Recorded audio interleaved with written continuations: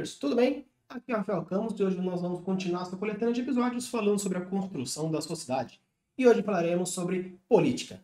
Mas antes, gostaria de enfatizar que iremos falar sobre política e não politicagem. Você pode até recorrer ao dicionário para saber a diferença entre política e politicagem, mas irei trazer para você para ficar mais fácil definir os objetivos desse episódio. Política é a arte de governar os povos, ser o conjunto de objetivos e habilidades que informam determinado programa de ação governamental. E politicagem é a política com fins mesquinhos e egoístas, onde os principais objetivos são os interesses pessoais. Por isso, quando fala-se de política, não estamos falando de políticos em si, mas sim no sistema, na forma e, obviamente, em quem governa. O termo política vem do grego politikos, que significa algo relacionado a grupos sociais que integram a polis, algo que tem a ver com organização, direção e administração de nações e estados. Se você for por um sentido mais comum, muitas vezes vago, e um tanto impreciso, política é o que compreende a arte de guiar ou influenciar o modo de governo pela organização de um partido político. Para Hobbes, consiste no meios adequados à obtenção de qualquer vantagem. Para Russell, o conjunto de meios que permitem alcançar o efeito desejado. E no livro O Príncipe de Maquiavel, diz que política é a arte de conquistar, manter e exercer o poder, ou seja, o governo. Política pode ser também a orientação à atitude de um governo em relação a certos assuntos e problemas de interesse. Política financeira, política educacional, política social, política café com leite, etc. Numa conceituação mais moderna, política é a ciência moral normativa do governo da sociedade civil. Outros definem como conhecimento ou estudo das relações de regularidade e concordância dos fatos com os motivos que inspiram as lutas em torno do poder do Estado e entre Estados. Mas uma coisa é fato, é a relação intrínseca entre o poder e a política. A política como forma de atividade ou de praxes humanas está estreitamente ligada ao poder.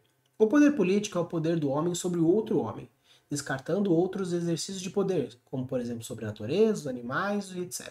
Para Hobbes, o poder consiste nos meios adequados à obtenção de qualquer vantagem, e para Russell, como um conjunto de meios que permitem alcançar efeitos desejados. Ou seja, para os dois autores, política e poder não apenas estão ligados, mas também se misturam. Outro ponto importante para definir a política de uma sociedade são as formas e origem de poder. São variadas as formas do exercício de poder de um indivíduo sobre o outro. Poder político é apenas um deles. Para Aristóteles, a distinção é baseada no interesse de quem exerce o poder. Por exemplo, o poder paterno, que exerce o poder sobre os filhos, o despótico, poder autoritário de um senhor ou governante, político, que governa pelo interesse de quem governa e de quem é governado. Num conceito mais justnaturalista, é um fundamento do poder paterno é a natureza, do poder despótico é o castigo por um delito cometido e do poder civil em consenso. Assim, para definir a política da sociedade, 5 fatores são importantes. O tipo do governo. Os tipos de governos podem ser, por exemplo, autocrático, que é a forma de governo na qual o único detentor do poder político estatal, isso é, está concentrado num único governante, podendo ser um líder, um comitê, um partido, uma assembleia, e nós temos o autoritarismo, o fascismo, o castrismo, o leninismo, absolutismo, ditadura, monarquia. Temos a democracia, que é um regime político de todos os cidadãos elegíveis a partir de igualdade, diretamente ou através de representantes, que pode ser a democracia, a demagogia, corporativismo, parlamentarismo, presidencialismo. E temos a oligarquia, que é literalmente o governo de poucos. É a forma de governo em que o poder político está concentrado em um pequeno número de pertencentes à mesma família ou ao mesmo partido político. Aristocracia, cleptocracia, gerontocracia, meritocracia, plutocracia, tecnocracia. E por fim, a teocracia, que é o sistema de governo que as ações políticas, judiciárias e policiais são submetidas a uma forma de religiões. Número 2. O tipo de poder. O elemento específico do poder político pode ser obtido de várias formas do poder, baseadas nos meios de que se serve o sujeito ativo da relação para determinar o comportamento de um sujeito passivo. Assim, podemos distinguir 3 grandes classes de um conceito amplo de poder. O poder econômico é o que vale da posse de certos bens, necessários ou considerados como tais numa situação de necessidade para controlar aqueles que não possuem. Constituem também na realização de um certo tipo de trabalho.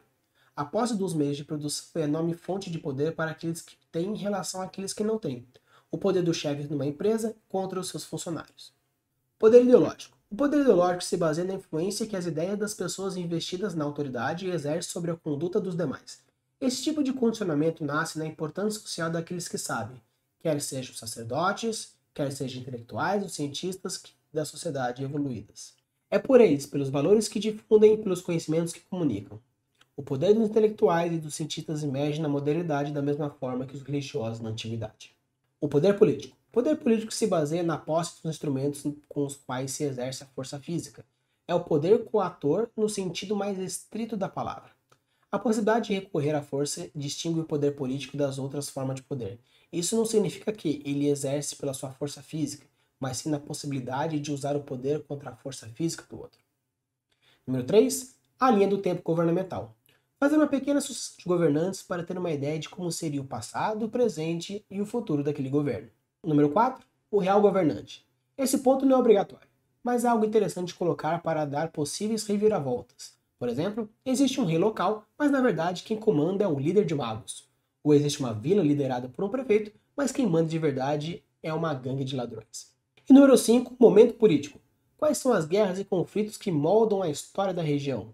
Quando falamos de momento político, estamos falando de qual é a relação que a região está agora. Está em guerra? Está em paz? Está em trégua complicada?